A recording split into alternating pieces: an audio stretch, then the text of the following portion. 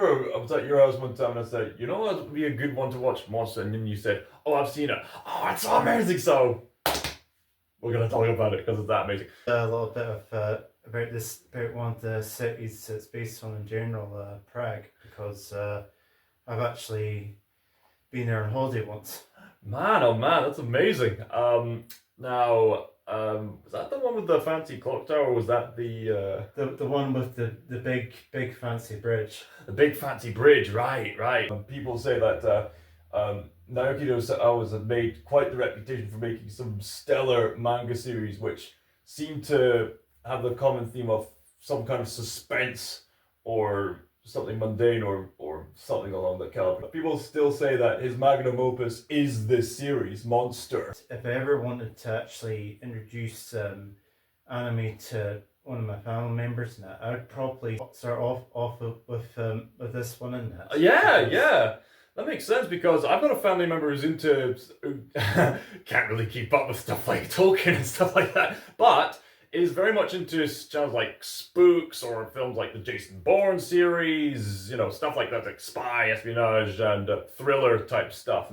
And that's more or less in that kind of caliber. So, yeah. Because I think one of the biggest turn-off for people that aren't into anime and that is whenever they go into when most animes go into the inevitable sort of realms and that of like having like characters like do sort of cutesy like high-pitched noises and that, Yeah. or like do something, or like have one of the characters for some reason be spontaneously like vulgar and that, or horny or something like that. Yeah. And do something inappropriate. Well, this pretty much plays it straight all the way through. Oh yeah. I said in my review that there's been other psychological thriller type animes. There was Code Geass, which was on to the start, but it got carried away with a lot of that what you just mentioned about naughty stuff, as it were. And yeah, that could be a big turn off for people, especially when there's stuff like cutesy stuff and seems like they seem a bit goofy, as well as waifu cushions. I will not delve any more into that. But the reason why a lot of people value anime is because there's some greatly authentic, deeply profound stories that a lot of people in the West don't seem capable to make. Not all of them, but just when you see the difference between Western and Eastern animation, it's like night and day by comparison. I mean, obviously, like you'll get the occasional provoking Western stuff like a short on Netflix called "If Anything Happens, I Love You," or Kubo the Two Strings and whatnot. But for the most part, the West usually plays it safe for audiences, with occasionally taking chances. But more often than not, the East is constantly making stories that are mainly aimed towards older audiences. So it's the reason why Spirited Away has won so many awards for its time. It's the reason why people then go on to watch the rest of the Studio Ghibli movies. It's the reason why they get into some other greatly insightful films and television shows that people find deeply investing and get them to think. Stuff like Violet Evergarden, Cowboy Bebop, and the Trigun series, which we mentioned. You get some comedic ones here and there, and even Monster has some comedy in it. I mean, to be fair, come on, let's be honest, you guys. Stuff like Spooks and obviously will have the occasional lightheartedness as well. You can't have something be 24/7 depressing all the time. Yeah, I'm not sure if I remember like some of the any sort of humor and sort of Monster in that. For the most part, they kind of sort of played it straight. There's minimal humor in Monster, or at the very least, in that the humor didn't sort of like stand out as it didn't seem to be as sort of jarring in that as comedy you would sort of expect in like most animes. Yeah. But another reason why I believe it's sort of good for like people into non-anime is also kind of like it's a very for the most part in the setting is very sort of grounded in that, like you're not going to get like anything like sort of like sci-fi or fantasy in this setting in that is like honestly like honestly, like when it comes to like sort of like in like a adaptation that could easily translate to Live action. live action, that like Monster would definitely be one of them. Guillermo del Toro actually showed interest in adapting the monster story in live action, but that's remained unheard of. But it's interesting though, he showed interest in giving it a try. Yeah, it's a shame because like I feel like if it was done for like a done like sort of live action, that, and if they managed to market it well in that, I think it would actually I think feel like it would actually sort of like reach out to sort of more people in that, like especially those who may be like who are like non into anime and that, but otherwise are into like deep philosophical dramas. Absolutely, this is Because that is pretty much what it is at the end of the day, and it's like a sort of deep philosophical drama. It's very heavy in drama. Oh, absolutely. I mean, there are people who will know that there's the gateway anime that even people who don't like anime can certainly get into, stuff like Cowboy Bebop, the Studio Ghibli movies, and certainly this one. I mean, there are other series that delve into very serious topics, like we can mention Psychopaths, we could mention Ergo Proxy, and I mean, this isn't the only one that plays it straight. Like you'd see with Spooks on Jason Bourne and whatnot. There are others out there. It's just that this is one of the best. Well, yeah, like I'm not saying that's the only one that, but it is kind of like it. I would say it's probably quite a rarity in sort of the anime scene, and that for like for like an anime to sort of play it straight and not without any usual bells and whistles and that you usually sort of expect from sort of anime series. Alright. So, with all this talk about the show, we should probably talk about the actual story itself. We'll probably just talk about the premise and other aspects of it, and then delving into major spoilers if we haven't already. So, for those of you who don't know, this story, Monster, tells the story of it's set in the 20th century, like late 20th century, it's around the 1980s to start off with. And there's a Japanese neurosurgeon working in Germany, Dr. Kenzo Tenma, successful neurosurgeon, got a fiance, everything's going nice and dandy for him, but then internal politics in the hospital dictate that he saves some lives at the expense of others. He doesn't like that, he's an egalitarian, and then one night he has this very, very severe situation that no one in his profession would ever want to be in. The choice on whose life to words are not working for now. The choice of whose life to save. Either he has enough time to save either the mayor of the small town, or a young boy with a bullet wound in his head, getting fed up with the internal politics. He chooses to save the boy. And he would have saved the mayor if he had more time, but sadly he didn't. So because he didn't save the mayor, he gets fired from his position, but barely holds on to a medical position. Then about a significant portion of time later, the monster is unleashed, and it turns out that the boy he saved grew up to be a mass-manipulating, psychopathic serial killer. Yeah. To sort of add further context in that to what Callum was saying previously, in that the one of the sort of the key characters in that was also sort of key characters in that also mentioned that was Tema's girlfriend, Eva, mistress, and that Eva, and that who just happened to be the daughter and that of the head doctor and that of the branch that Tema works at. That's right. Who's the one that was very heavily implying that Tema should go in a certain direction if he want a certain promotion in his branch. That's right. I think particularly in that like further sort of medical education, I believe. That's right. And and I believe the lines that he said was somewhere around about that not all lives are sort of valuable. Not all lives in that are sort of valuable or something like that. Right. Or basically sort of implying that you shouldn't focus on saving everyone that, but the ones that we want you to save. There's a double standard in that because they want to preserve the lives of these political figures, but there's so many denizens and middle class folk and people lower than that who are just so saddened to see their loved ones get left behind when they could have received Tenma's professional help. Yeah, and also another sort of context in that, like what kind of sort of Tenma sort of drove him to sort of save the boy in that, rather than the person rather than the mayor in that, was that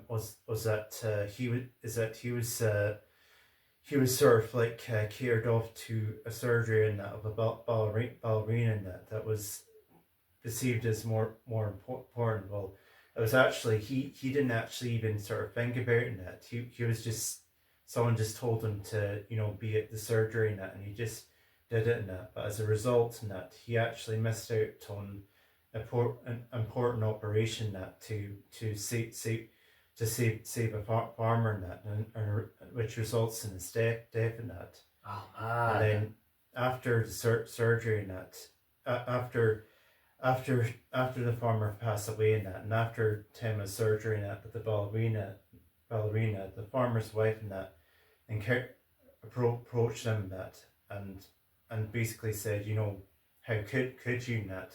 They were the Turkish people, right? Yeah. Yeah, that's right. That's right. Yes, that's right. That's right. Yes. Oh yeah. There's. Yeah. I think there's also another sort of subplot in that throughout the story in that about sort of Turkish immigrants in that, and how and about sort of how they've been sort of segregated in that from pre and post communist society. Aye.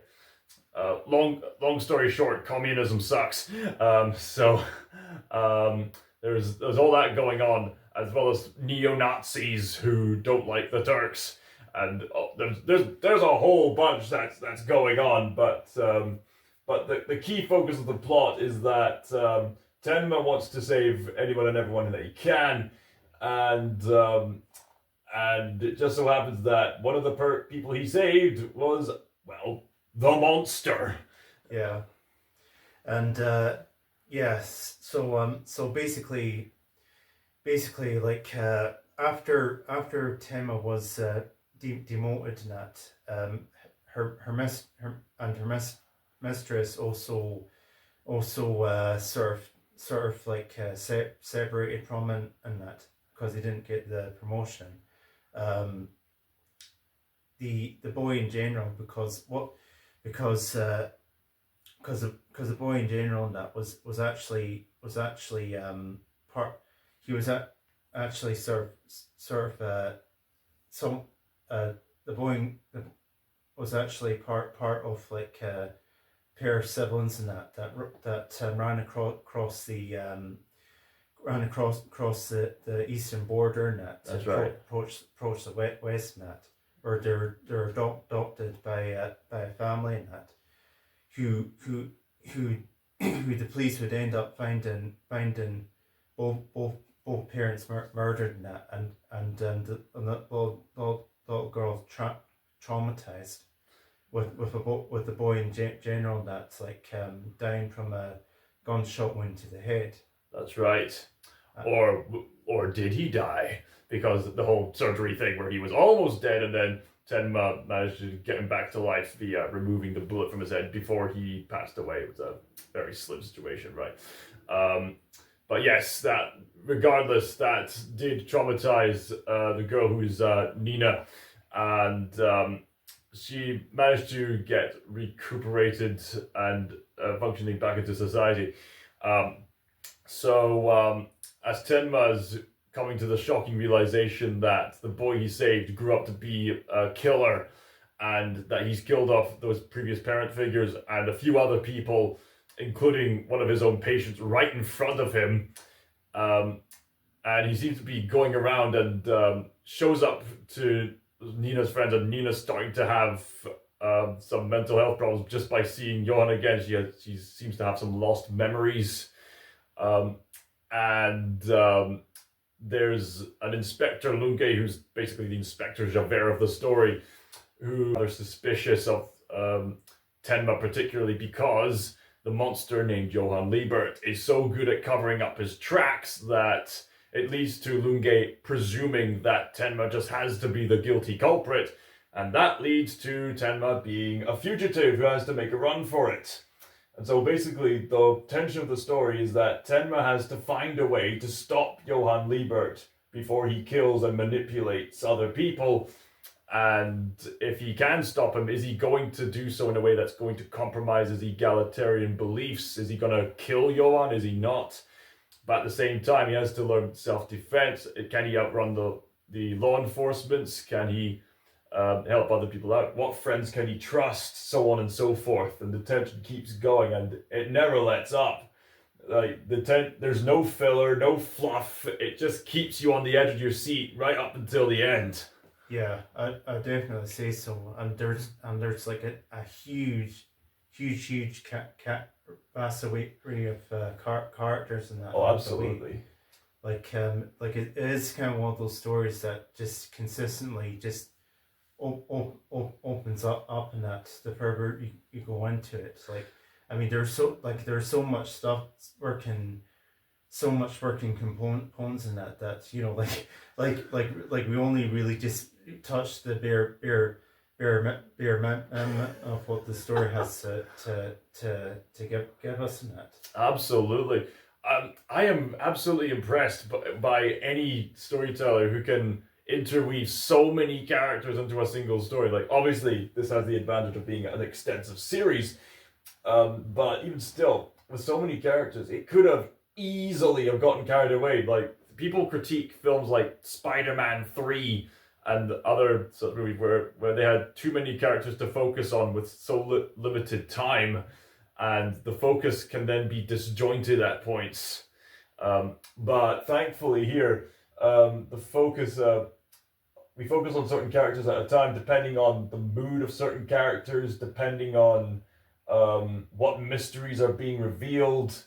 And sometimes certain characters will be introduced to get a character from one point to another. Sometimes it's to address a thematic point. Other times it's to reveal more of the mystery. Other times it's just people getting caught up in the chaos rather than being part of the mystery itself. Or sometimes it's people working behind the scenes of the big mystery itself. It goes on and on and on. And sometimes you'll get entire arcs where neither Tenma nor Johann overtly appear, and yet we're taking time to focus on their lives, their tensions, and so that there's a more understandable payoff later on down the line.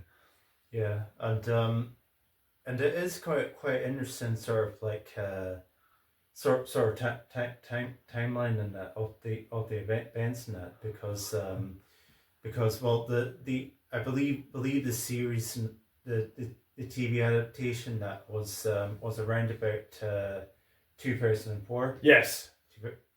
So like the majority of the events in that actually take place between, I believe, 1995 to 98, I believe. Yeah, something like that. Like, yes.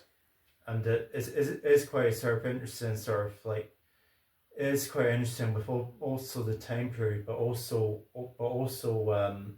location as well in that, because, you know, for me personally in that, you know, I'm not really aware of like a lot of like animes in that actually take place in Europe in that. For the most part in that, it's either usually in Japan or the US. They have been expanding out. You'd be surprised at the amount of extensive anime that does take place in Europe. I mean, Castle in the Sky was very much inspired by Welsh culture, especially with the whole miner strikes going on. The other Miyazaki movies take inspiration from European architecture.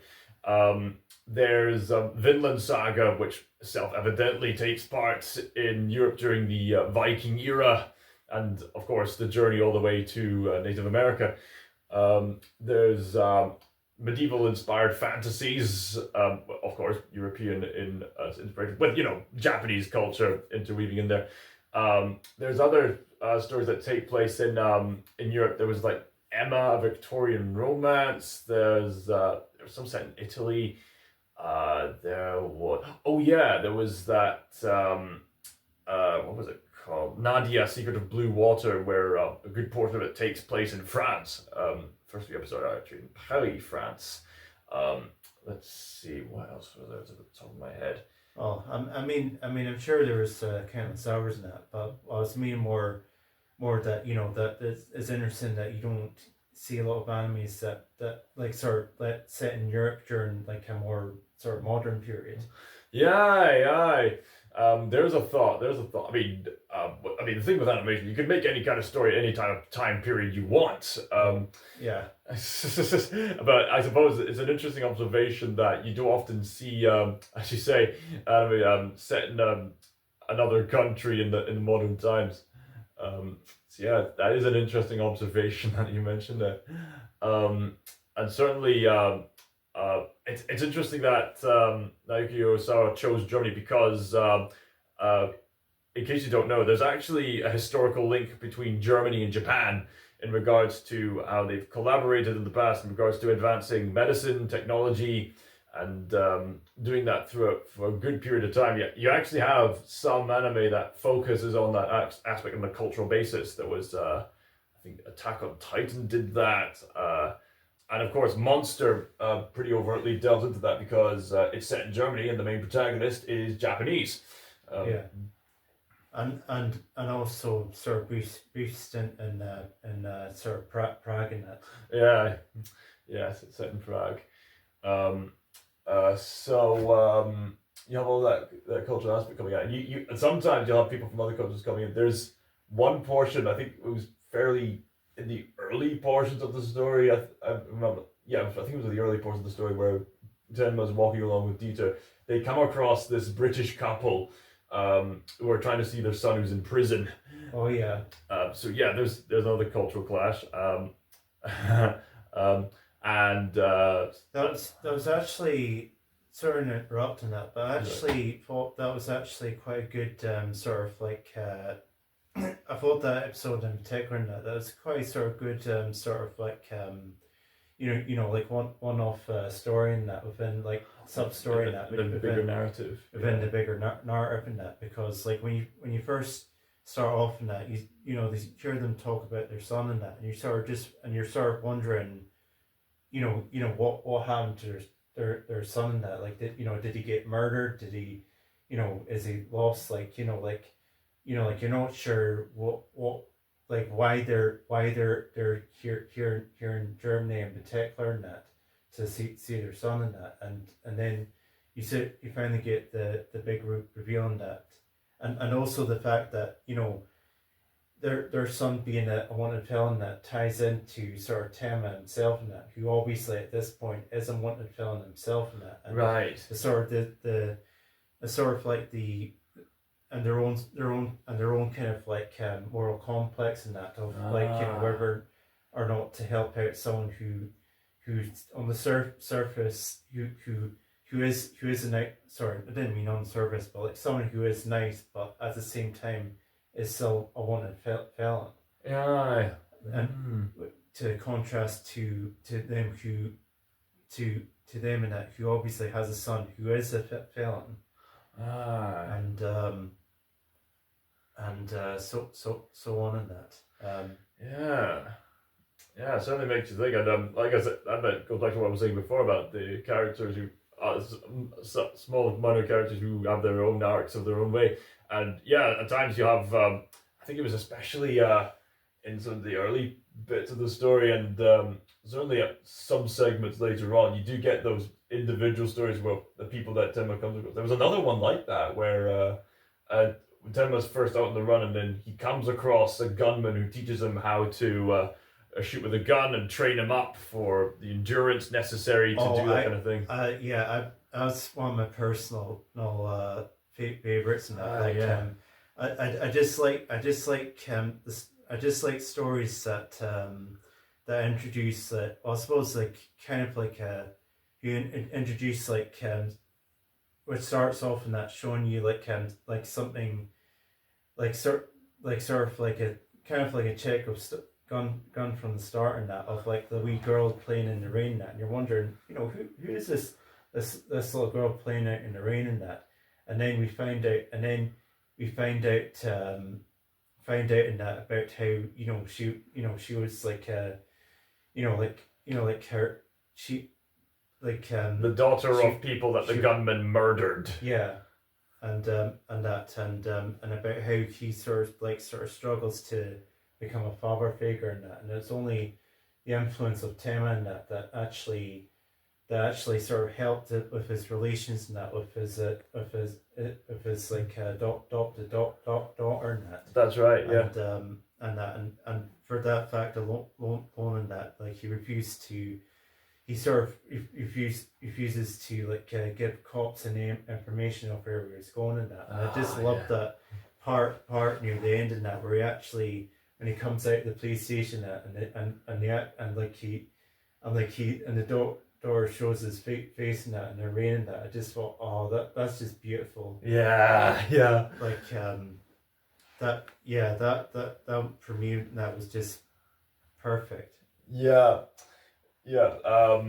Brilliant story all around, and you get stories within stories all around, which really makes it come alive. Like you come across certain people like all across Germany and into this Czech Republic. There's so many character stories like in there. In fact, it even goes so far as to have literal stories within stories. Yeah. Regarding a really important figure who gets involved with the overall mystery of it. There's this one particular genius story of this monster without a name that thematically summarizes the antagonist and his goals. Even if it's not altogether clear, you can at least understand his core function and motivation as an antagonist through this children's story. Yeah, if you can call it that. Aye. But what I really quite like about this, what I really quite like it, but I really do quite like the sort of the stories in between that, like the more kind of like it's focused on Tema's journey in that, but like the slight sort of slice of life sort of episodes in that show sort of Tema, the people that Tema help along the way in that. What I quite like is that they do a really good job in that of showing having a story which is ultimately about good and evil and at the end of the day, and that about having the story come across as like sloppy or sort of hammed up in that. Like I think they do like a good job of like showing, like the positive effects that Tema can have to people, or like even a small community in that, without making it look like like that he's like what are they called in that? What's not Mayor C. What's the Gary Stew in that? Like they do a good job in that of Tim seem coming across it as like a good person without making him it seem like he's gonna solve every single problem magically at the tip of a hat. That kind of thing. Yeah, that can be a problem, and it can be a problem when you have stories where you have Mr. and or Mrs. Goody Two Shoes magically resolve every problem just by their mere existence. Yeah. That can be rather silly unless you justify it with good writing and good character writing. Because another episode, a good example of that was with the police, the story in that with the older woman and the policeman, right? And about how she sort of like encourages. I can't remember if it was because wasn't there like a younger policeman who was like the son of the mother and that, and there's like the older policeman who's in love with the younger policeman's mother and that, and he actually sort of Tema sort of encourages him to to show his feelings and that and that and like and we a bit- said, stories within stories. Yeah. and and how much that sort of affected how Tema sort of affected their lives in that. Yeah. All throughout the narrative, it's interesting how this. I like shows where, on the one hand, it's serializing the fact that it's an ongoing story, but there's certain episodes that can stand out individually. You get that with Violet Evergarden and Cowboy Bebop. It makes for an engaging watch. You get the same thing with Monster going on there, and certainly on an episodic basis, you have well, at least for several episodes. I mean, obviously, some of them exist to continue the mystery, continues to the plot, but again, none of it's filler because the characters are still making progress with whatever it is they're doing, and on an episodic basis, you have people with everyday problems, and especially in those individual episodes you keep mentioning, Tenma comes along to find a way to resolve them to the best of his ability with limited resources he has, and with what little network of friends he can find. And then on the so on an episodic basis, you get how he affects individuals. On a serialized basis, it's the ongoing story of how he's doing his best to counter the long-term effects of the main antagonist, who's causing such devastation on a mass scale. Yeah, and that's the other thing that want to mention that on the flip note on that, they also do a really good job now of like showing the extent now of how far someone would go in that, for the extent of like doing really sort of evil stuff in that. Absolutely. The internet is crazy for this character. And another example of like sort of great character design in that, because ultimately in that, like most of the design of the characters in that are mostly sort of grounded for the most part. Yes. Like there's no, like again, no wacky anime sort of designs to sort of necessarily obvious from the start in that, but it's just the small touches here and there in that, and particularly with Johan in particular in that, his hairstyle, and again with the skin in that being like a pale complexion that, like, and I do notice that anime sort of uses that quite a lot in that, but not in a bad way in that, of using pale complexion characters in that as a sign of like someone who's a bit off in that. Yeah. So that's an interesting observation. Like, and that's a power of animation. It can allow these creative subtleties without any practical awkwardnesses that could come from live action takes. You can have a character with a perfectly symmetrical face. You can have someone who has, a healthy looking skin color, but you have a certain tinge in which the character just looks a bit off. You can have good expressions and stuff like that. Animation isn't just for kids; it's anything you want it to be, basically. Yeah. I think the worst of it in that, when the monster in question, that Johanna, that like takes the orphan